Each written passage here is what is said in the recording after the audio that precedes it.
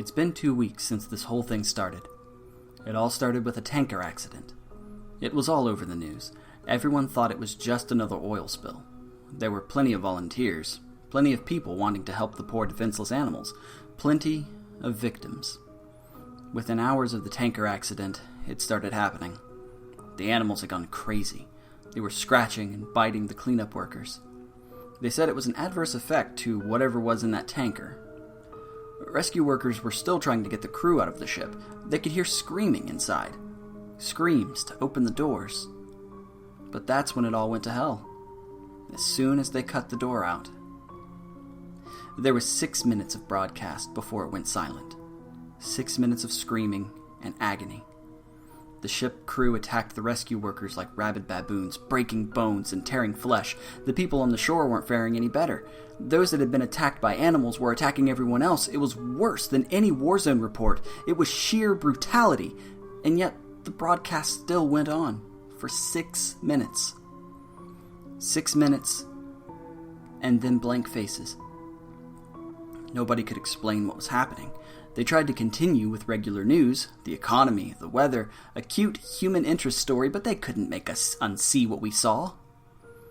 I tried to continue with my regular existence, but every time I switched on the news or walked by a newsstand, it was there.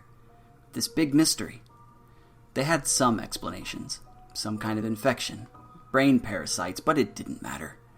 It wasn't an infection we were afraid of. It was them.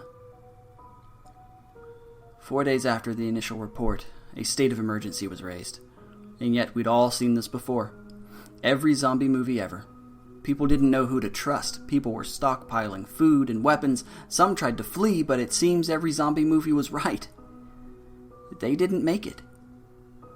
3 days later, they arrived in my town. I expected moans, shuffling corpses, dismemberment, but that's where the movies lied. They ran through the streets, screaming. I remember running to my front door as fast as I could, locking, barricading, doing anything to make sure it would stay shut, and then I headed for the window. I was on the second story and I could see the carnage. They were unstoppable. They were aware. A group of them made their way through a building across the street. They jumped straight through the plate glass windows.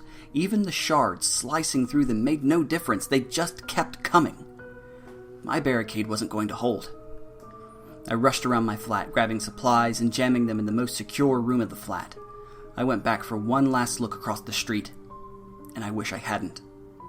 In a second-story window, my face met one of theirs. They knew where I was. I quickly dashed to the room and locked the door. I don't have any kind of panic room or a secure basement, so the safest place I could think of was my bathroom. No windows, one door with a lock. I had filled my sink and bathtub full of water, so I could stay there for a while. So there I sat, in the dark room, with the distant screams in my ears.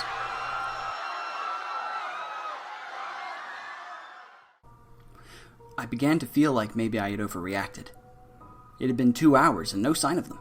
It actually got quieter, and I thought they'd moved on.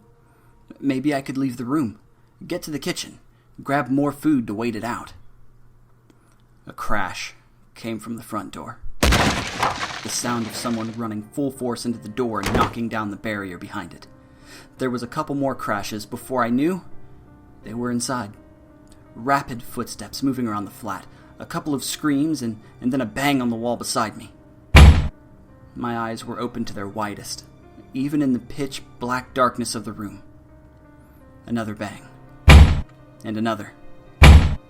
They knew I was there. And they knew I was scared.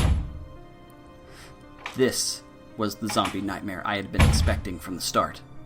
I had nowhere to run. There was only so much time before they would break in. I sat with my back to the door, hoping my extra weight would make it harder for them to get in, and then it got worse. "Why don't you open the door?" A voice on the opposite side of the door.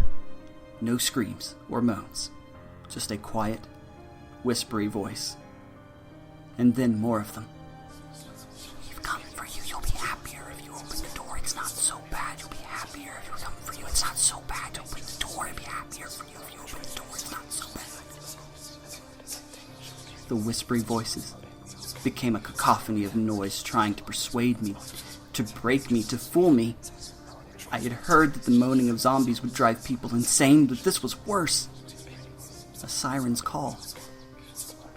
I sat in the darkness and hoped and prayed that they'd get bored. But they don't get bored. And they don't leave. I managed to use the mirror to peek under the door, only to be greeted by horrible, unblinking eyes, blood-smeared faces, screams, and more horrible whispers. That was 2 days ago. I don't know what to do anymore. But maybe it won't be so bad. We've come for you. You'll be happier if you open the door. It's not so bad. You'll be happier if we come for you. It's not so bad. Open the door. It'll be happier for you if you